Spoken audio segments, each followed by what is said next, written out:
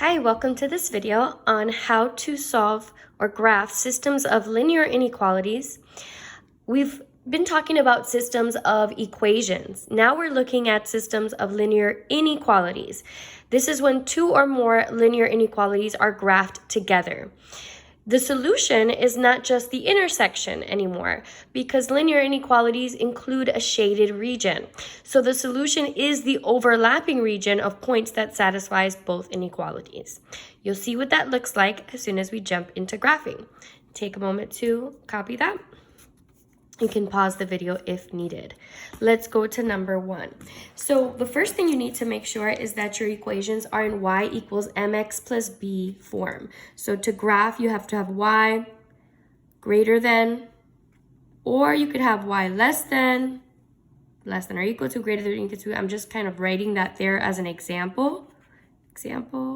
Y has to be of the form y equal to mx plus b.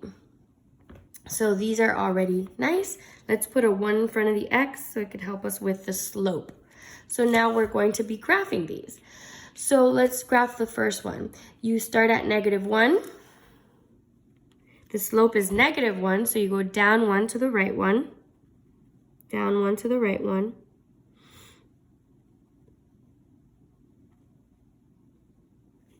And I like to just keep going so that I can be as accurate as possible, especially when you're doing this by hand. If you're doing it on the computer, you don't have to do as many points because the line just falls into place. And if I continue the other way, I'll end up here. Okay, and it says it's greater than. It's going to be a dotted line. It says it's, am I doing it correctly? Yeah.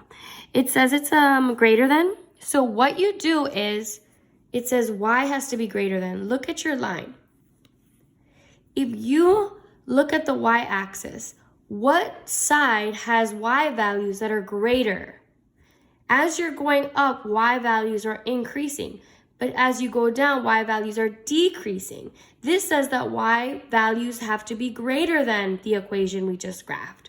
So if you go to any point on this graph, I'm just going to pick this one here, y values that are greater are only on this side. So that's the side you have to shade.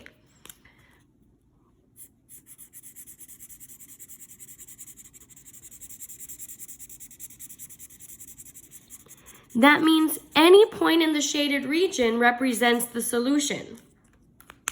So if I pick, for example, 0, 0, and I plug it in, it's going to create a true statement, because any point on the shaded region is a potential solution. However, any point on the line is not a solution because it's dotted. It's not included. Okay, if we graph the next one, we start at -5. 1, 2, 3, 4, 5. And the slope is 1, so you go up 1 over 1, up 1 over 1, up 1 over 1. We can start to see what this looks like. It says y has to be less than, so it's definitely dotted, but now we're going to shade below. If you pick any point on this dotted line and you go below, that's where the shading needs to take place. So let's shade below.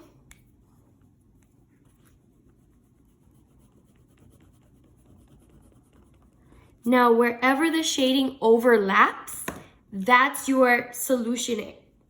That represents the solution region.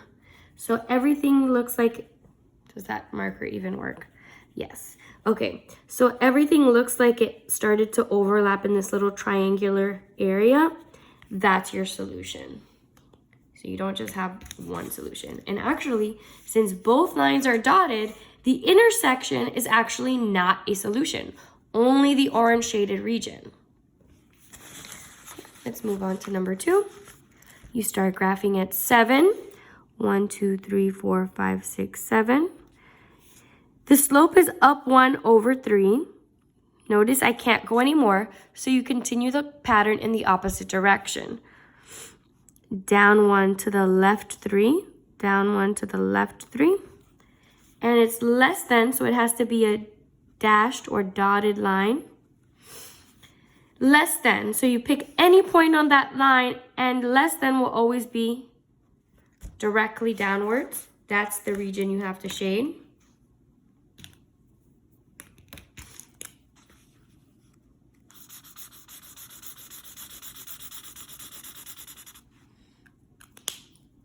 If we graph the other equation, we start at positive 4, 1, 2, 3, 4. There's an invisible 1 there, so the slope is negative 1 over 1. Down 1 to the right, down 1 to the right, down 1 to the right, down 1 to the right.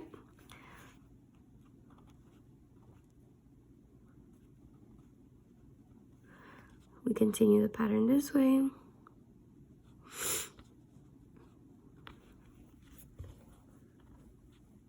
Okay, this is greater than or equal to, so it's solid because it can be equal.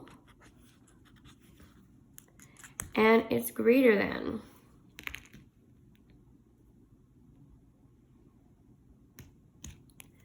So you pick any point on that line and you go above.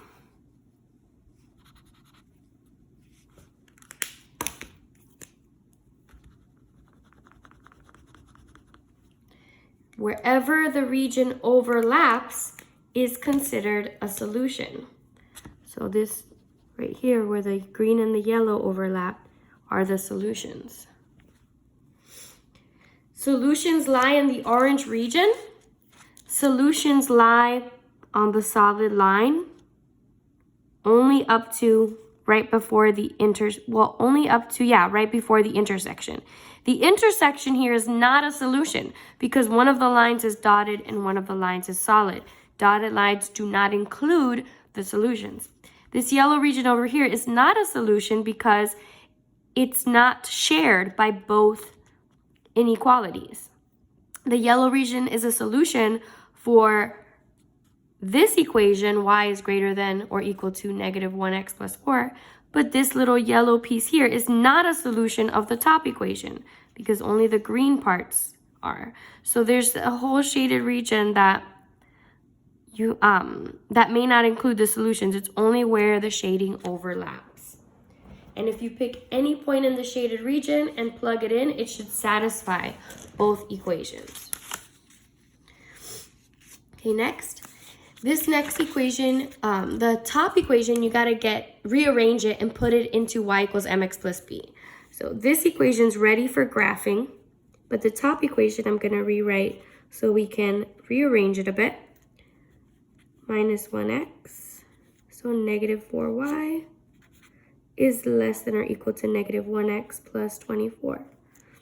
Divide by negative 4. Since we divided by a negative, the sign switches. Never forget that. Negative divided by a negative is positive, but it stays a fraction because that's rise over run when you graph. This is negative 6. So this is ready for graphing now. So now we are ready to graph both equations. This one starts at 1 and it goes up to over 1, up to over 1. We can continue the pattern on the other side. And it says less than or equal to. So that means it is a solid line.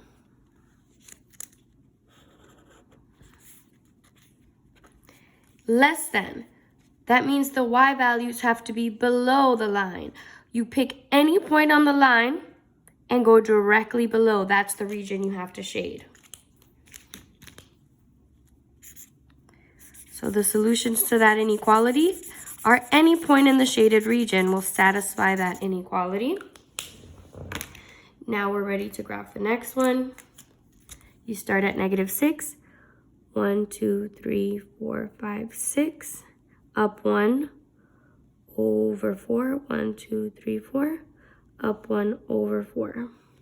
Down 1 to the left 4 to keep it positive. 1, 2, 3, 4. Ooh, there you go. And it was supposed to be solid because it's greater than or equal to. And since it's greater than, you shade above. You pick any point on that line, go directly above. That's where you're supposed to shade.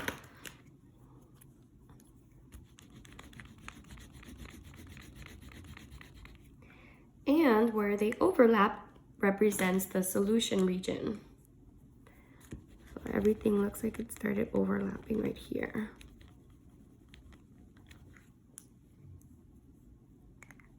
Alrighty. Next one. It says x is less than -4. So whenever you just have x less than or equal to a number, or if it just says x equal to a number, you go to that x value, 1, 2, 3, 4.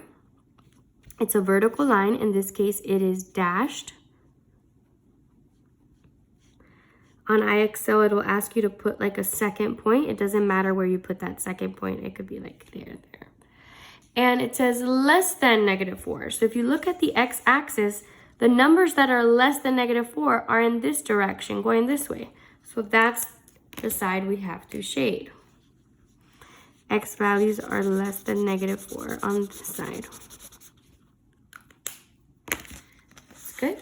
Second equation, we need to rearrange. So I need to subtract 3x from both sides.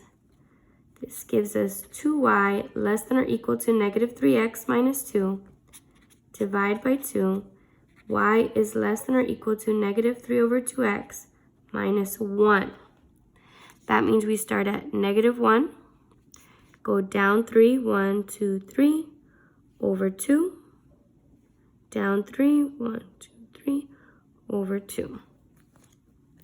We can continue in the other direction, up 3, 1, 2, 3, but since we went up 3, we have to go to the left to keep the same pattern.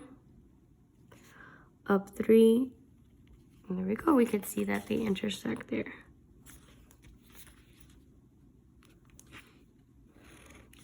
Did I do it? Yeah, less than or equal to should be solid. Now it says less than. So you pick any point in that line and go directly below. Since it's less than, that represents where you have to shade.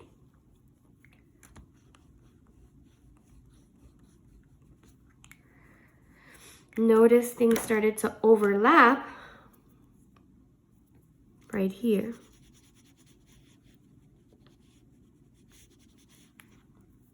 Notice this little piece here is not orange.